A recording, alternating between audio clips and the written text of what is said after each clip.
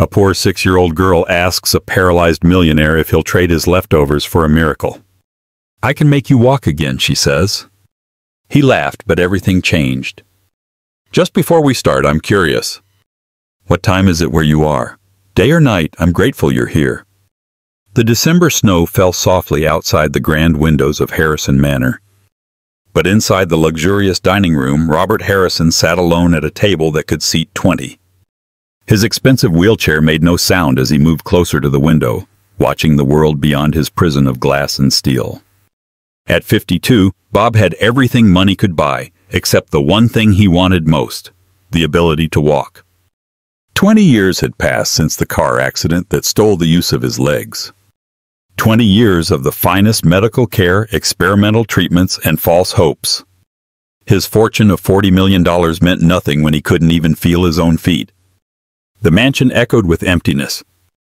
His wife had left him 15 years ago, unable to handle his bitterness.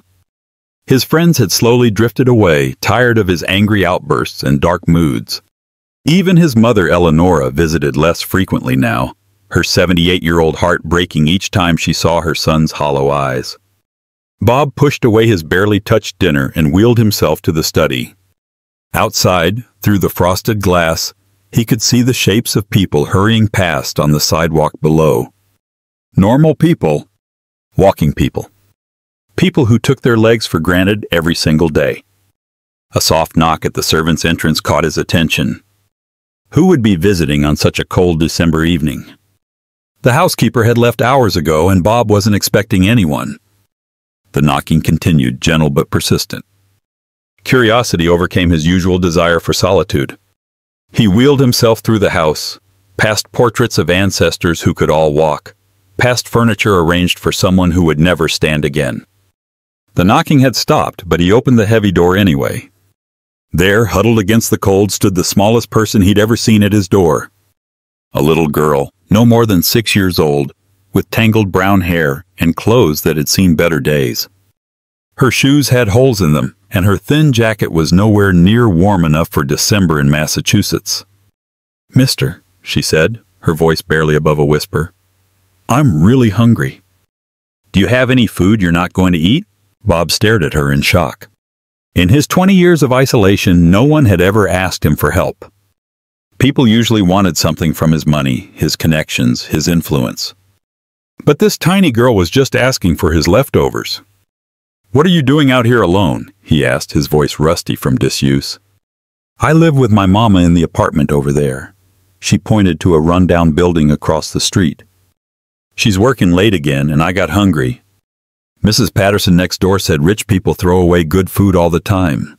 The girl's eyes were the brightest blue he'd ever seen, and they held no fear, no judgment about his wheelchair. She looked at him like he was just another person, not a broken millionaire. "What's your name?" Bob found himself asking. "Lily Thompson." "What's yours?" "Robert Harrison. But you can call me Bob." Lily smiled. And for the first time in years, Bob felt something stir in his chest. Something he'd thought was dead forever. "I can make you a deal, Mr. Bob," Lily said, stepping closer. "You give me some of that food you didn't eat, and I'll give you something even better." Bob almost smiled. "And what could you possibly give me, little one?" Lily looked directly into his eyes, her small hand reaching out to touch the armrest of his wheelchair. "I can make you walk again." The words hit Bob like a physical blow. For a moment, the old rage rose in his throat. How dare this child mock him with impossible promises? He'd heard it all before from doctors, faith healers, and experimental researchers. They all promised miracles, and they all took his money and left him exactly where he started. But something in Lily's voice stopped him from slamming the door. There was no greed there, no calculation. Just absolute certainty, as if she'd stated that the sky was blue or that snow was cold. Bob found himself laughing, a strange and hollow sound in the night air. "You think you can make me walk?" "I know I can," Lily said simply. "I've done it before." The next morning, Bob woke with Lily's words still echoing in his mind. "I can make you walk again."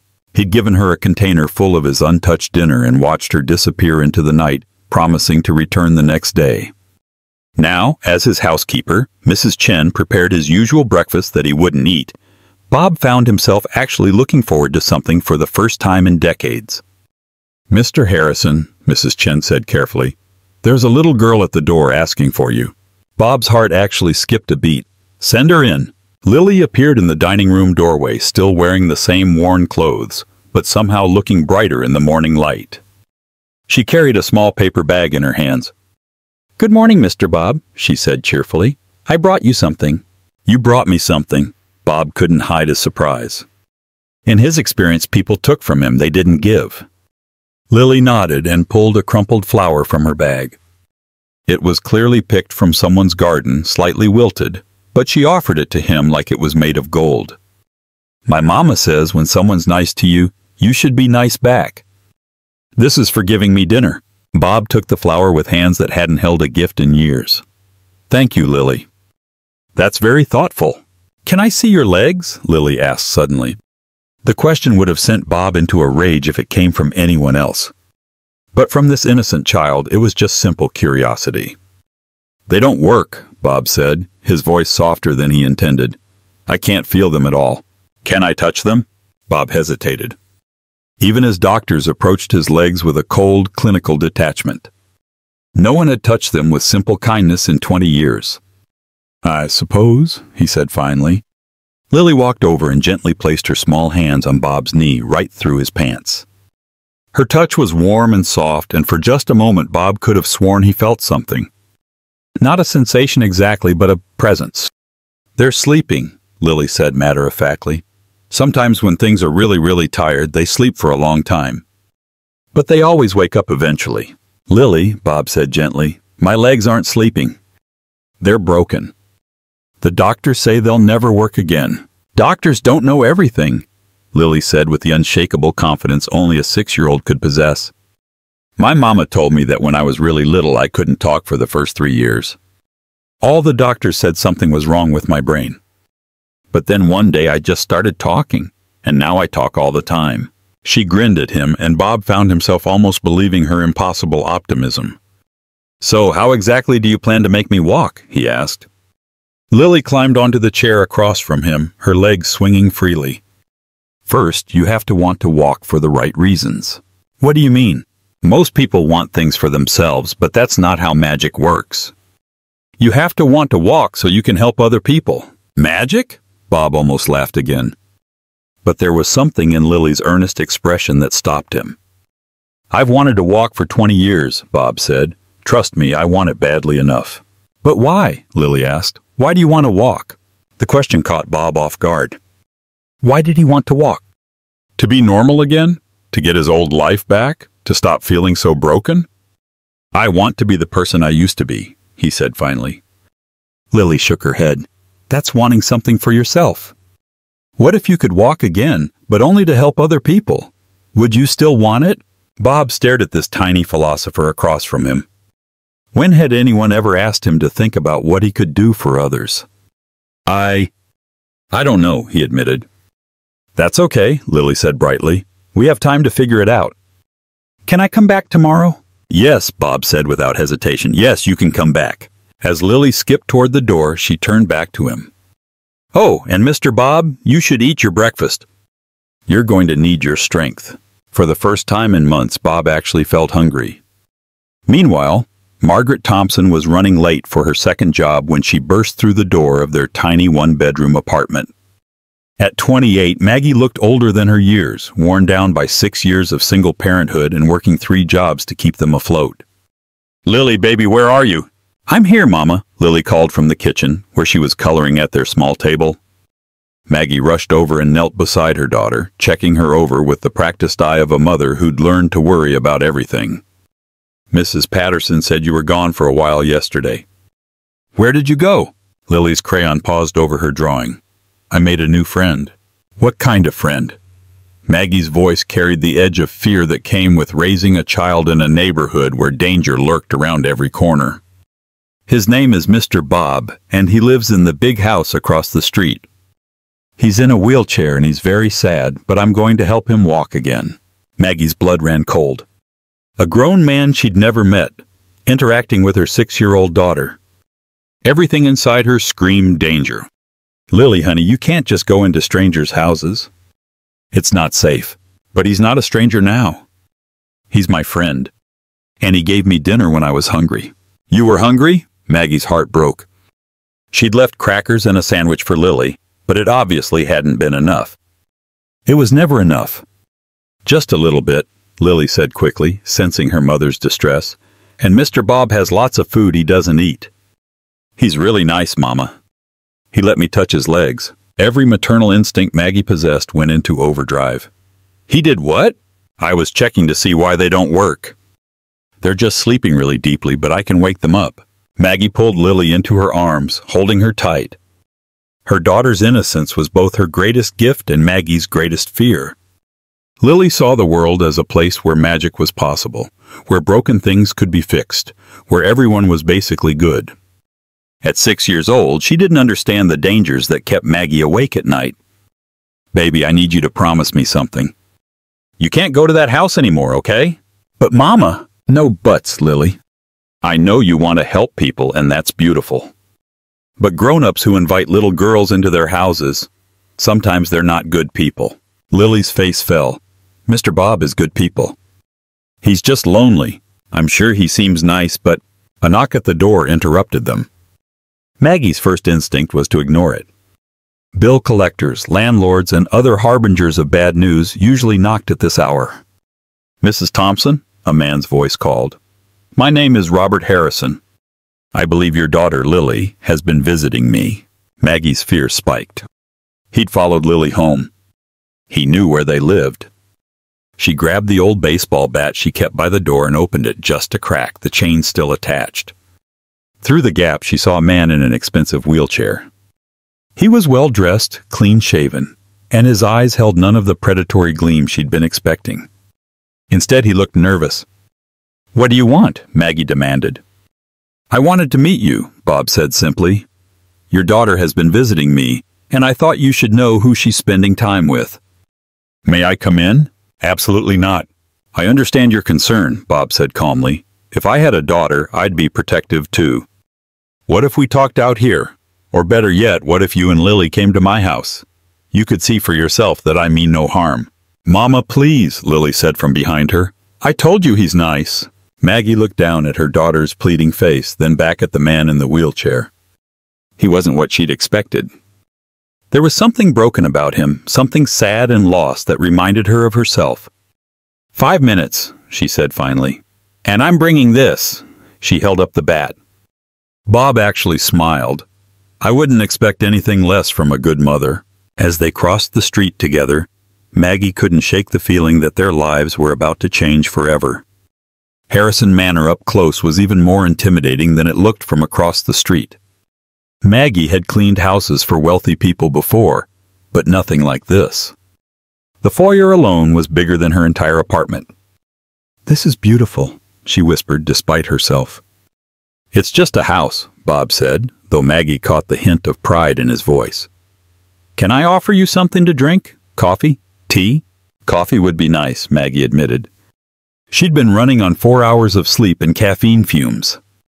While Bob prepared coffee in a kitchen that belonged in a magazine, Lily explored with the fearless curiosity of childhood. She touched expensive vases, examined paintings, and tested the echoes in the high-ceilinged rooms. She's not afraid of anything, Bob observed, watching Lily with a look of wonder. That's what scares me, Maggie said. Lily sees the world as this magical place where everything is possible. She doesn't understand that people can hurt her. Has someone hurt her before? The question was asked quietly, but Maggie heard the genuine concern. She found herself looking at this stranger, this wealthy man who had no reason to care, and seeing real worry in his eyes. Her father, Maggie said finally. James had problems, drugs, alcohol, anger. When Lily was 2, I realized she wasn't safe with him around. I left him, but it meant leaving everything else too. My family sided with him, said I was overreacting. I'm sorry, Bob said, and he sounded like he meant it. I worked 3 jobs to keep us afloat, Maggie continued, surprising herself with her honesty. House cleaning in the morning, data entry in the afternoon, and stock clerk at night. I leave Lily with Mrs. Patterson when I can afford it, but lately, Lately there's no money for babysitting. So she's hungry and you're not there, Bob finished softly. Maggie nodded, embarrassed by the admission. Her voice broke. I do my best, but sometimes my best just isn't enough. Mama, Lily said, appearing suddenly at Maggie's side. Don't cry. Mr. Bob, tell my mama why you need me to help you walk. Bob looked uncomfortable. Lily, I don't actually think you can. Yes, I can, Lily said with absolute certainty. But first, you have to understand why you need to walk. It's not about you, Mr. Bob. It's about her. She pointed at Maggie. What do you mean? Bob asked. Mama works so hard, but she's still sad and scared all the time. She thinks she has to do everything by herself. But you have money and a big house, and you're sad too. You both need each other. The simple truth of it hit both adults like a physical blow. Here was a 6-year-old child seeing connections and solutions that had never occurred to either of them. Lily, Maggie said carefully, it's not that simple. Why not? Lily asked. Mr. Bob is lonely and we need help. He has everything except someone to care about, and we care about everyone but don't have anything. It's like puzzle pieces. Bob stared at Lily, then at Maggie. What if she's right? Right about what?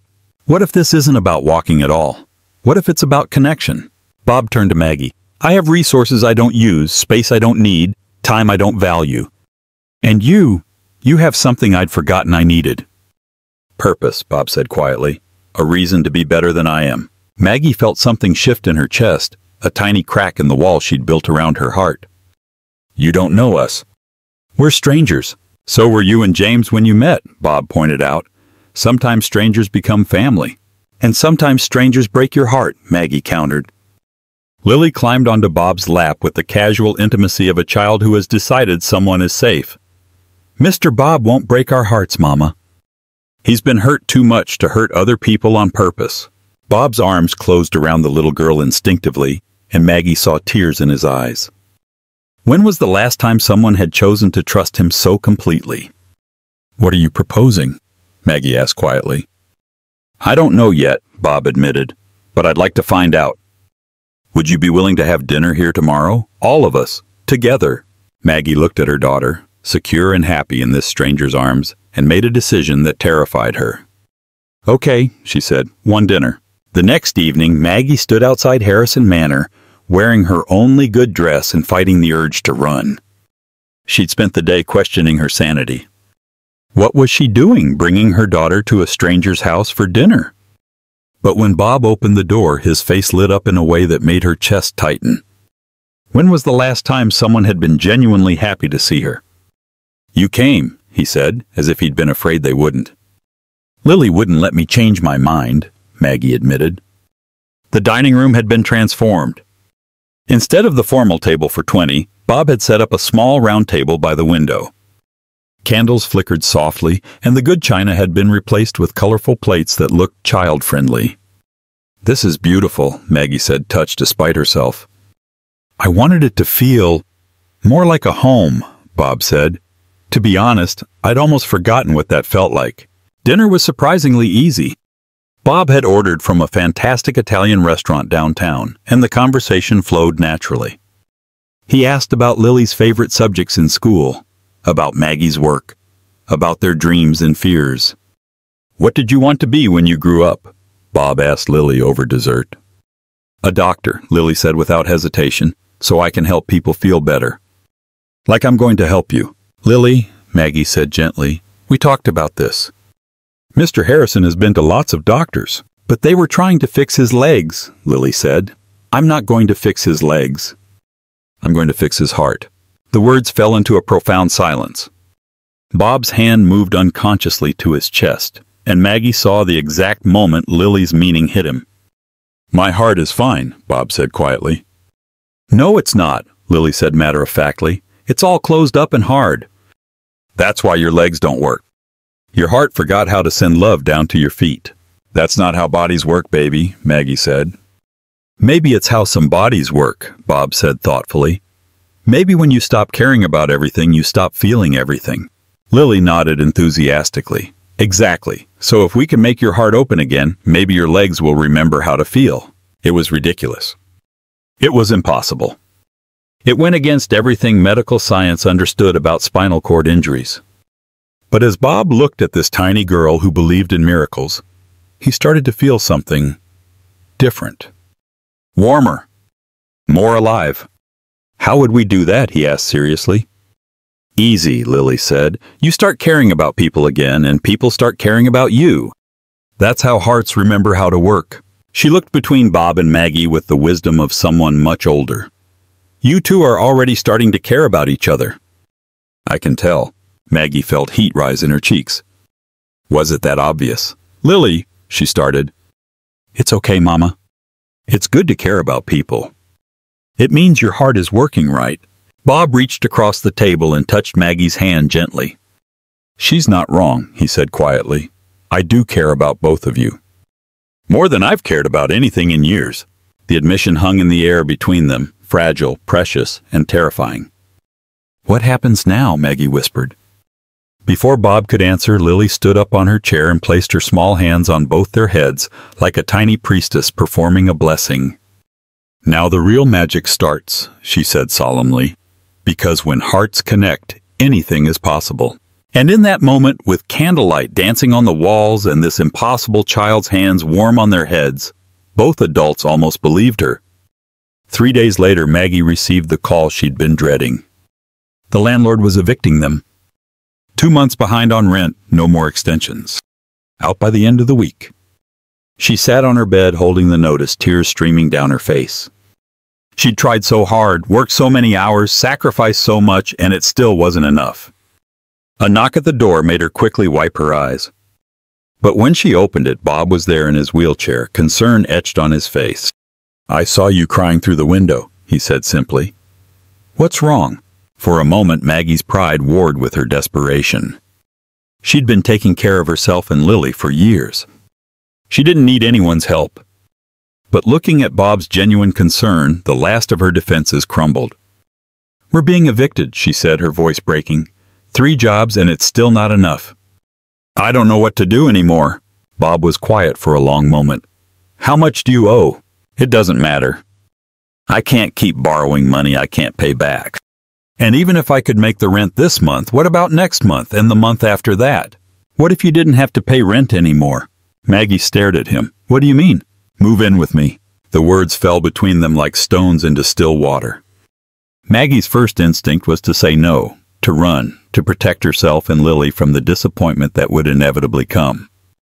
You don't know what you're saying, she said. I know exactly what I'm saying. That house has 37 rooms and I use maybe 5 of them. There's a guest suite on the ground floor with its own entrance, its own kitchen. You and Lily could have your own space, your own privacy. I can't afford. You wouldn't pay rent. You'd be helping me. How would I be helping you? Bob's voice got very quiet. By giving me a reason to get up in the morning. By letting me be part of something good.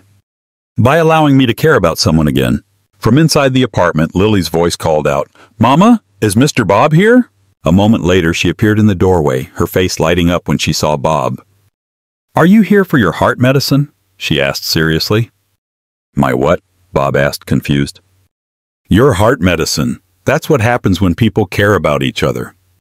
It's like medicine for broken hearts. Maggie looked down at her daughter, then back at Bob. Could it really be that simple? What would people think? She asked. A single mother moving in with a wealthy man. Let them think what they want, Bob said firmly. The people who matter will understand. And the people who don't understand don't matter. Mama, Lily said, tugging on her shirt. Remember what you always tell me? Sometimes when you're drowning, you have to let someone throw you a rope. Maggie had said those exact words to Lily just last week when her daughter was struggling with asking for help at school. Now her own advice was coming back to her. Is this a rope? She asked Bob quietly. It's whatever you need it to be, Bob replied. A fresh start. A safe place. A chance for all of us to be better than we are alone. Maggie closed her eyes and took a deep breath. When she opened them again, she saw Bob watching her with hopeful anxiety, and Lily watching them both with the serene confidence of someone who'd known all along how this would end. Okay, she said finally, but we have rules. Name them. Lily and I pay our own way somehow. We're not charity cases. Agreed. You can help manage the house, coordinate with the staff, handle things I can't do from this chair. And if it doesn't work out, then we figure out how to make it work out, Bob said firmly, because some things are worth fighting for. Lily clapped her hands together. I told you the magic was starting. And as Maggie began to believe that maybe, just maybe, they'd all found something worth believing in, she couldn't help but think that her 6-year-old daughter might be the wisest person she'd ever met. After all, who said miracles had to be impossible?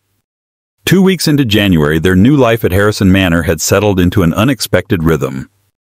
Maggie woke each morning in the guest suite, which felt like a palace compared to their old apartment, and found herself actually looking forward to the day ahead. Bob had been true to his word about her paying her own way. She'd taken over managing the household staff, coordinating maintenance, and handling correspondence that had piled up for months. For the first time in years, she felt capable and valued rather than just desperate. Lily had transformed the mansion into her personal playground.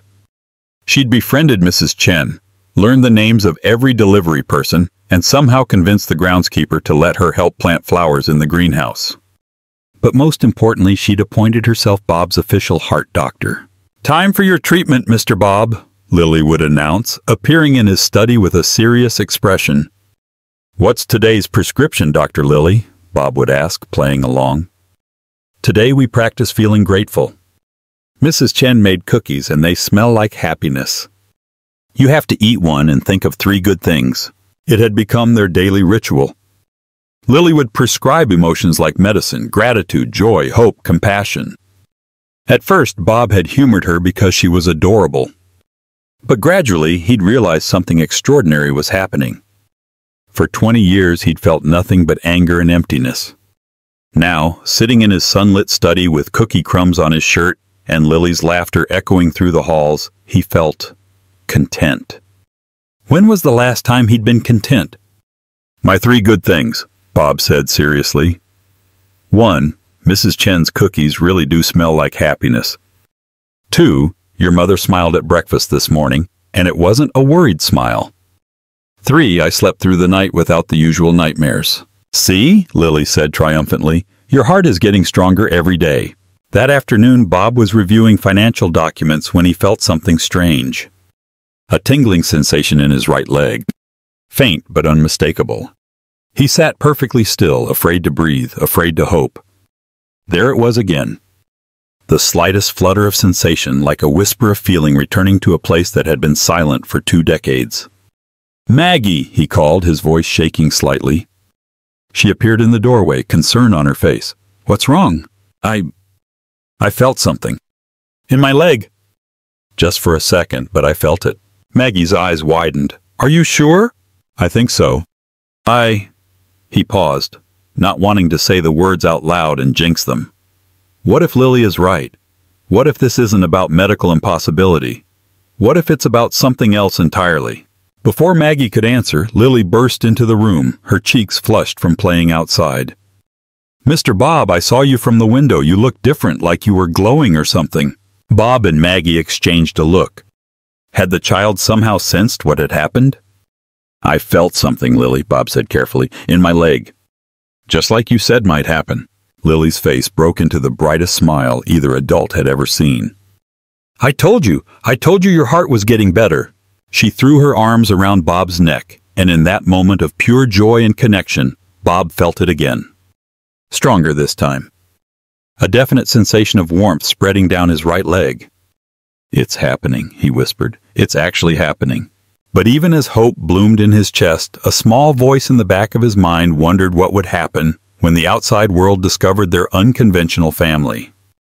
And would these fragile new feelings survive the scrutiny that was sure to come? Dr. Patricia Winters had been Bob's neurologist for 15 years. At 64, she'd seen every type of spinal cord injury and every false hope that came with them. So when Bob called, requesting an emergency appointment and claiming he'd regained some sensation, she prepared herself for another difficult conversation about acceptance and adaptation. But the man who wheeled into her office was not the bitter, closed-off patient she'd known for years. This Bob Harrison sat straighter, spoke with animation, and had something she'd never seen in him before: genuine happiness. Tell me exactly what you've been experiencing, Dr. Winters said, pulling up his MRI scans on her computer. It started a few days ago. A tingling sensation in my right leg just above the knee. Yesterday I felt warmth spreading down to my ankle. And this morning... Bob paused as if afraid to voice what came next. This morning I moved my toe. Dr. Winters tried to hide her skepticism. You moved your toe? Just the smallest movement, but Maggie saw it too. And Lily said she could see the energy flowing down my leg. Who are Maggie and Lily? Bob's face lit up. Maggie Thompson and her 6-year-old daughter. They've been living with me for the past month. Maggie manages my household, and Lily believes she can cure me. Several alarm bells went off in Dr. Winters' mind. A vulnerable patient, a woman and child who'd moved into his home, claims of miraculous healing. She'd seen this pattern before, and it never ended well. Bob, I need to ask you some difficult questions. Has anyone been encouraging you to change your medical treatment? Suggesting alternative therapies? Asking you to sign any financial documents? Bob's expression hardened. You think they're taking advantage of me? I think you're experiencing something wonderful. Hope. And I want to make sure it's not being manipulated. Dr. Winters, I've been dead inside for 20 years. These past few weeks I've remembered what it feels like to be alive. If that's being manipulated, then I'm grateful for it. The examination that followed was thorough and professional. Dr. Winters tested reflexes, checked for sensation, and observed carefully as Bob attempted to move his toes. To her astonishment, there were subtle changes. Not dramatic, not miraculous in the Hollywood sense, but definite improvements in muscle response and sensory function. There's definitely something happening, she admitted finally. I can't explain it medically, but there are measurable changes in your neurological responses. So you believe me? I believe what I can measure. But Bob, I need you to be realistic. Even if you're experiencing some return of sensation, complete recovery from your type of injury is impossible, Bob finished. I know what the textbooks say. But maybe the textbooks don't account for everything. Dr. Winters looked at her patient. Really looked at him. And she saw something that made her pause.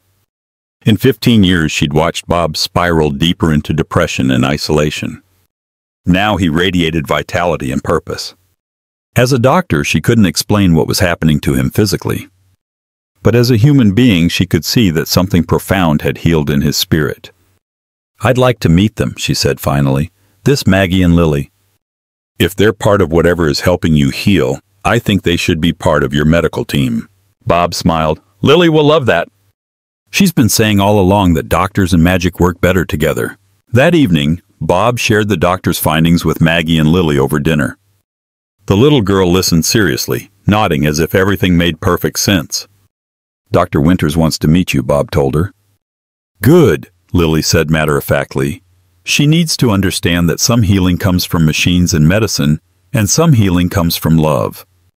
But the best healing comes from both. Maggie reached across the table and squeezed Bob's hand. Whatever's happening, I'm so proud of how brave you're being. I'm not brave, Bob said. I'm terrified. What if this is all in my head? What if I'm imagining everything? Then we'll deal with it together, Maggie said firmly. Whatever comes next, you're not facing it alone anymore. But even as they celebrated this small victory, none of them noticed the figure watching from the street outside. Someone who'd been asking questions about the wealthy man and the mysterious woman and child who'd moved into his home. Someone who was very interested in Bob Harrison's sudden change in circumstances. Eleanora Harrison arrived at her son's mansion unannounced on a cold February morning, her 78-year-old face set in lines of disapproval. She'd been hearing rumors from friends in their social circle, whispers about Bob's new situation, and she'd come to see for herself. Maggie answered the door, wiping flour from her hands. She'd been teaching Lily how to make pancakes in the mansion's enormous kitchen. I'm Eleanora Harrison, the older woman said coolly. Robert's mother. And you are? Maggie Thompson. Please come in. Bob's in the greenhouse with Lily. Eleanora's sharp eyes took in everything. The child's drawings on the refrigerator, the comfortable, lived-in feeling that had replaced the sterile emptiness she remembered, the sound of laughter coming from deeper in the house. They found Bob in the greenhouse, sitting in his wheelchair beside a small raised garden bed. Lily knelt in the dirt beside him, her hands covered in soil as she carefully transplanted seedlings. "These are going to be the most beautiful flowers," Lily was saying seriously, "because we're planting them with love and hope and all the good feelings that make things grow." Bob looked up and saw his mother standing in the doorway. For a moment, his face fell back into the old guarded expression Eleanor remembered. Then Lily noticed the visitor and scrambled to her feet. "You must be Mr. Bob's mama," she said brightly, apparently oblivious to the tension. "I'm Lily." "I'm 6 years old, and I'm helping Mr. Bob remember how to be happy." Eleanor stared down at this tiny, dirt-covered child who spoke with such casual confidence about her son's emotional state.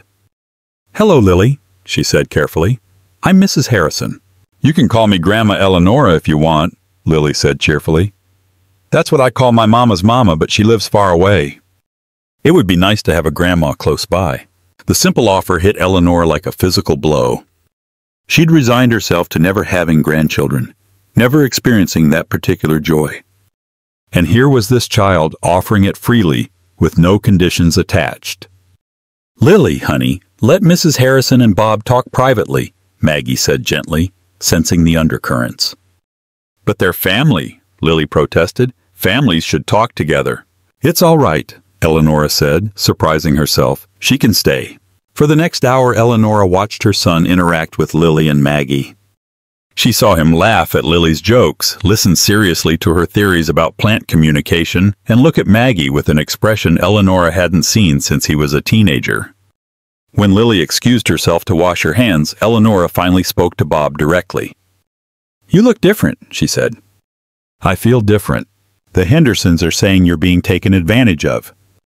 That this woman moved in with her child and is after your money." Bob's jaw tightened. "And what do you think, Mother?"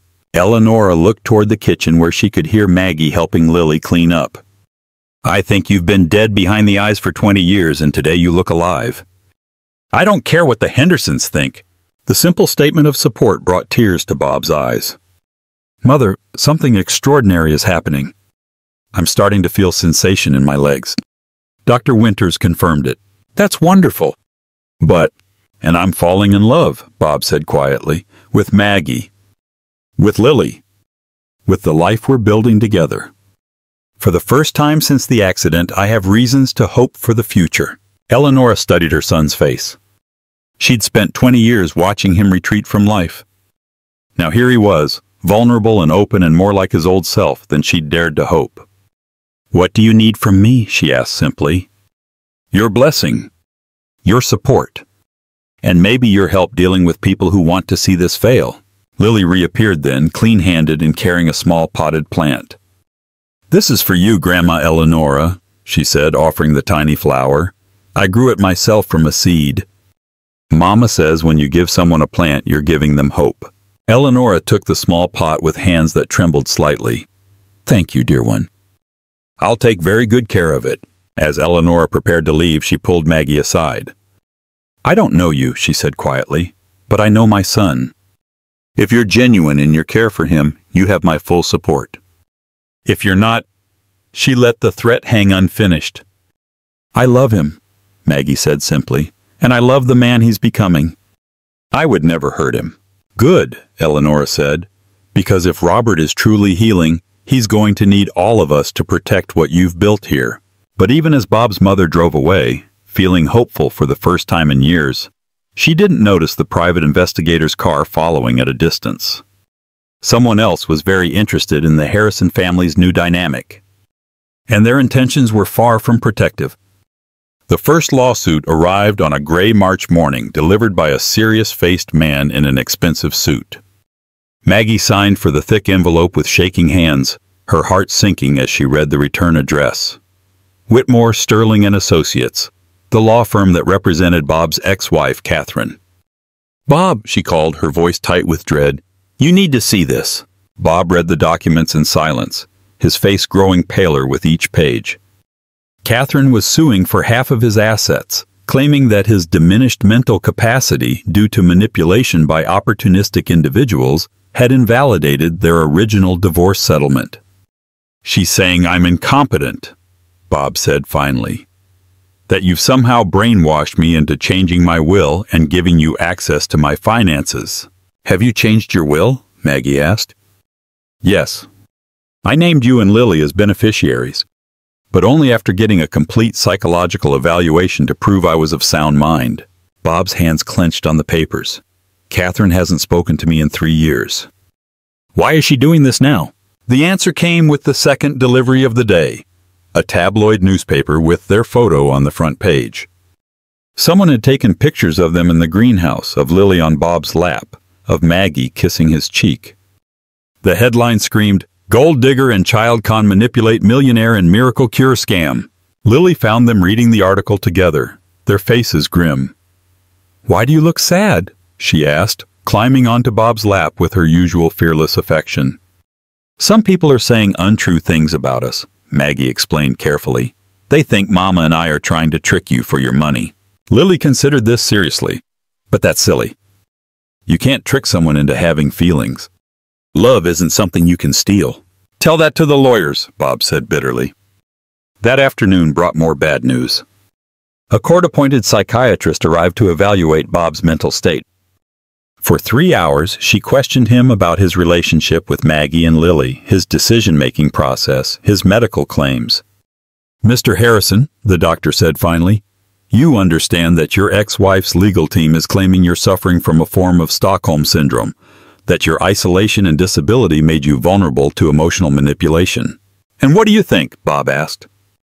"I think you're a man who was clinically depressed for 20 years and has recently found reasons to engage with life again. Whether that engagement is healthy or pathological depends entirely on the motivations of the people around you." That evening, the three of them sat in Bob's study, the legal documents spread across his desk like a declaration of war. "Maybe we should go," Maggie said quietly. "If our being here is causing you all this trouble." "No," Bob said firmly. "I won't let them scare us apart." "But what if they're right?" Maggie's voice broke. "What if I am taking advantage of you? What if I'm so desperate for security that I've convinced myself this is love?" Bob wheeled his chair closer to her. "Look at me, Maggie. Really look at me. Do I seem like a man who's being taken advantage of?" Maggie looked at him and saw a strength she'd never noticed before. Purpose. Determination. The man who'd been broken for 20 years was gone, replaced by someone who knew exactly what he wanted and was willing to fight for it. "You seem like a man who's found his way home," she said softly. "Then that's all that matters. Let them challenge us. Let them question us. We know the truth." Lily, who'd been unusually quiet, suddenly spoke up. "The magic is working too well." Both adults turned to look at her. "What do you mean, sweetheart?" Maggie asked. "When something really good starts happening, sometimes really bad people try to stop it. But they can't, because love is stronger than being mean. Mr. Bob's heart is almost all the way better now. That's why his legs are getting better too." As if to prove her point, Bob felt the familiar tingling in his legs, stronger now than it had ever been. He looked down and concentrated, and to his amazement, his right foot moved, visibly, inside his shoe. "Did you see that?" he whispered. Maggie nodded, tears in her eyes. "I saw it." "Whatever happens with the lawyers and the newspapers," Bob said, his voice filled with a new resolve, "we have something they can't touch. We have each other. We have hope. And we have love." But even as they held each other close, none of them knew that the biggest challenge to their fragile happiness was still to come. Tomorrow would bring a revelation that would test everything they thought they knew about miracles, healing, and the power of love to truly change the impossible. The call came at 6 o'clock in the morning, jolting Bob from the deepest sleep he'd had in years. Dr. Winter's voice was tense with urgency. "Bob, I need you to come to the hospital immediately. I've been reviewing your latest scans with a colleague, and we found something extraordinary." 2 hours later, Bob sat in Dr. Winter's office, staring at images of his spine. But these scans were different. Where there had once been a complete severing of nerve pathways, new connections, like tiny threads of light, appeared to be forming. "This is impossible," Dr. Winter said, pointing to the screen. "According to everything we know about spinal cord injuries, this level of regeneration simply doesn't happen in humans." "But it is happening," Bob said. Yes, it is. And I need to understand why. Bob, I have to ask. Have you been taking any experimental medications? Participating in any clinical trials? Undergone any procedures you haven't told me about? Nothing. The only thing that's changed in my life is Maggie and Lily. Dr. Winters leaned back in her chair. I've been a neurologist for 30 years. I don't believe in miracles. But I also don't believe in denying evidence. What are you saying? I'm saying that whatever is happening to you is real, measurable, and unprecedented. Your nerve pathways are regenerating at a rate that should be medically impossible. If this continues, she paused, as if afraid to voice the possibility. If this continues, what? You might walk again. Not might.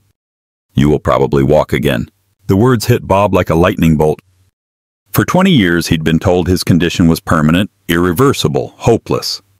Now the same medical world that delivered that devastating news was telling him the opposite. How long? He asked. If the regeneration continues at this rate, 6 months. Maybe less. Bob drove home in a daze, his mind reeling. Walking again had been a dream for so long that facing it as a reality felt surreal. But more than that, he was terrified of what it might mean for his relationship with Maggie and Lily. What if they'd only loved him because he needed them? What if his helplessness had been the foundation of their connection? Would they still want him when he was no longer broken? He found them in the garden, Lily teaching Maggie the proper way to plant flower bulbs. They looked up as he approached and immediately sensed something had changed. What did the doctor say? Maggie asked. Bob told them everything. The scans, the regeneration, Dr. Winters' prognosis. When he finished, Lily clapped her hands together in delight, but Maggie's expression was unreadable. That's wonderful, she said carefully. Everything you've hoped for. But Bob heard the uncertainty in her voice. The same fear that was eating at him. Maggie, if I walk again, if I don't need help anymore, you think we'll leave? She interrupted. I think you came into my life because I was broken. If I'm not broken anymore. Maggie was quiet for a long moment. Then she stood up, her hands still dirty from the soil, and looked him directly in the eyes. You think I fell in love with your wheelchair? She asked. I think you fell in love with someone who needed you desperately. Someone who couldn't survive without you. You're right, Maggie said. And Bob's heart sank. I did fall in love with someone who needed me. But not because you couldn't walk, Bob. I fell in love with someone whose heart was broken, who'd forgotten how to trust, who'd given up on happiness. And I watched that man remember how to hope again. Lily, who'd been listening with serious attention, suddenly stood up. Can I tell you a secret? She asked. Both adults nodded. I always knew you were going to walk again, Mr. Bob. That was never the real magic. What was the real magic? Bob asked, his voice thick with emotion. Lily smiled, a wise smile that seemed much older than 6. The real magic was watching you remember that you deserve to be loved. Your legs getting better is just a bonus. Tears streamed down Bob's face. For 20 years, he'd believed his worth was tied to his ability to walk, to be independent, to not need anyone. But sitting in this garden, with dirt under his fingernails and love in his heart, he realized he'd been wrong about everything. So, when I can walk again, he said slowly, will you still love me? We'll love you more, Maggie said firmly, because you'll be complete. All of you. The man who overcame impossible odds, who learned to trust again, who chose love over fear. That night, as they tucked Lily into bed, she made an announcement that stopped them both in their tracks. Tomorrow is when the biggest magic happens, she said matter-of-factly. What do you mean, honey? Maggie asked. Tomorrow, Mr. Bob is going to take his first step. And then everyone will see that the little girl who believed in miracles was right all along. As they kissed her goodnight, neither Bob nor Maggie questioned how Lily could know such a thing. They'd learned to trust this extraordinary child's insights. But tomorrow would prove that Lily's gift for seeing the impossible extended far beyond emotional healing. Tomorrow would change everything. The morning of March 15th dawned bright and clear. Bob woke feeling different, energized in a way he hadn't experienced since before his accident. The tingling in his legs had grown stronger overnight, now feeling like a current of electricity coursing through pathways that had been dark for 2 decades. Maggie found him in the kitchen, sitting straighter in his wheelchair than she'd ever seen him. "Today feels different," he said simply. Before she could respond, Lily burst through the door, still in her pajamas but practically vibrating with excitement. "It's today," she announced. "The day Mr. Bob remembers how to walk." "Sweetheart, we don't know that," Maggie began. "I know," Lily said with absolute certainty. "I dreamed about it."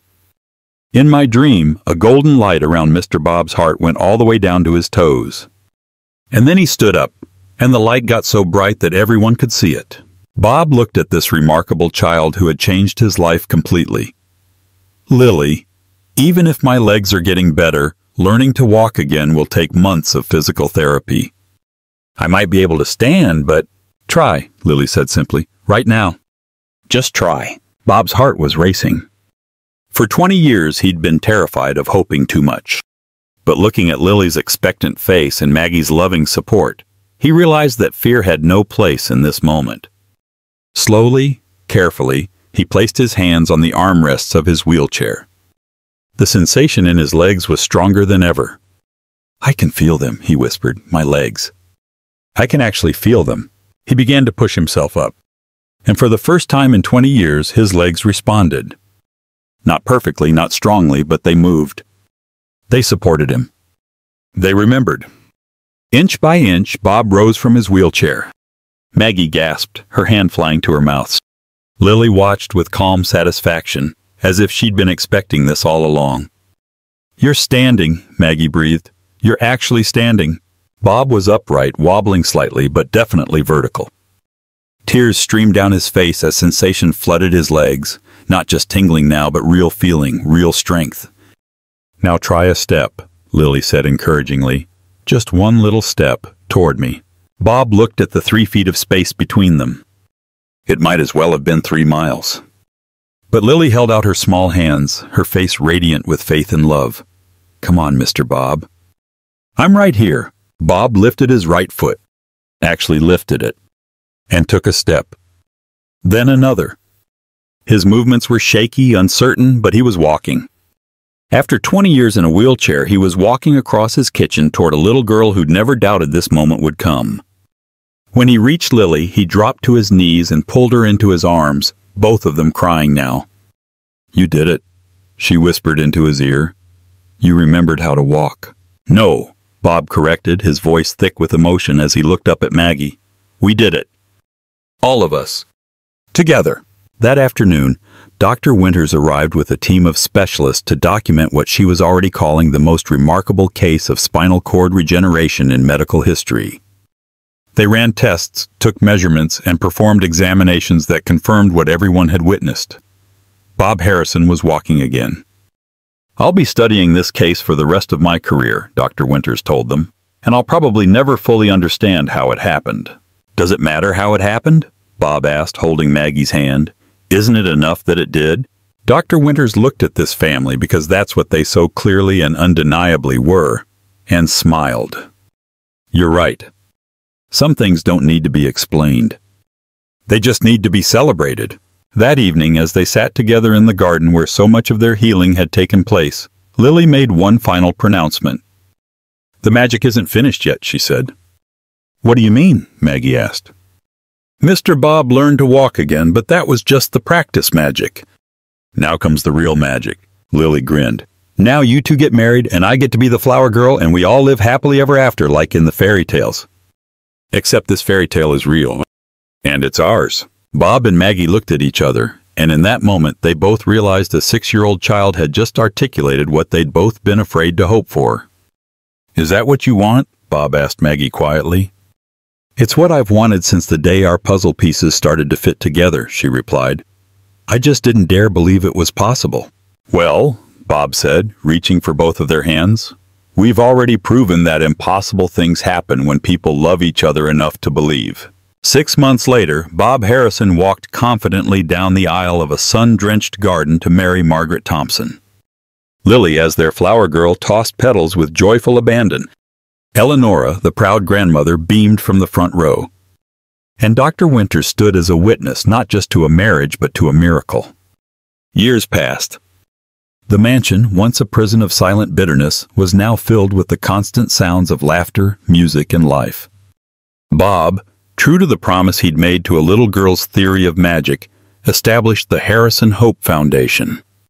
It was dedicated to helping families who'd been broken by tragedy find their footing again, providing not just financial support, but also counseling, job training, and a community of care.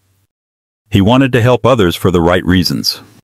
One crisp autumn afternoon, Bob and Maggie watched from the porch as a now teenage Lily kicked a soccer ball across the lawn with a group of friends, her laughter carrying on the breeze. Bob, standing tall and strong, wrapped his arm around his wife. "Do you remember that first day?" he asked softly. "When she offered me a miracle for my leftovers? How could I ever forget?" Maggie leaned her head on his shoulder. "She fixed your heart, and in doing so, she fixed us all." He looked at his daughter, so full of life and confidence, and then at the woman beside him, his partner in everything. The miracle wasn't just that he had learned to walk again. The true, lasting miracle was that three broken souls had found each other in the darkness and, through love, had learned how to be whole again, creating a light so bright that everyone could see it. If this story of hope and healing touched your heart, we invite you to subscribe to our channel. We have so many more stories of love, courage, and the small miracles that happen every day. Thank you for being with us.